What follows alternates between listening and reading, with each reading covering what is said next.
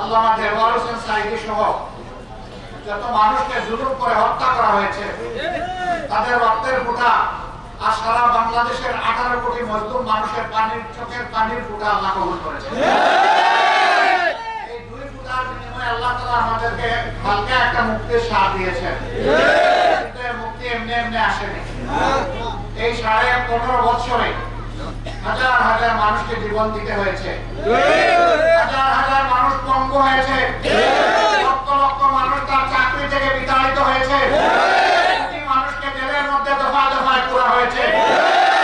উলামা হুফাজ জাতি ধর্ম দল মত নির্বিশেষে মানুষকে জীবন দিতে হয়েছে এবং এতগুলা জীবন আর এতগুলা কুরবানির বিনিময়ে আমাদের এই স্বস্তিটুকু এসেছে। আমরা তোমাদের হাতে একটা ঐক্যবদ্ধ জাতি তুলে দিতে চাই। সেখানে মুসলমান থাকবে, হিন্দু থাকবে, বৌদ্ধ থাকবে, খ্রিস্টান থাকবে, এই সব মিলে এই বাংলাদেশের ফুলের বাংলা। ভালোবাসা উপহার আল্লাহ তাআলা এই জমিনে মানুষকে লালন পালন করে থাকেন। আমি কি আর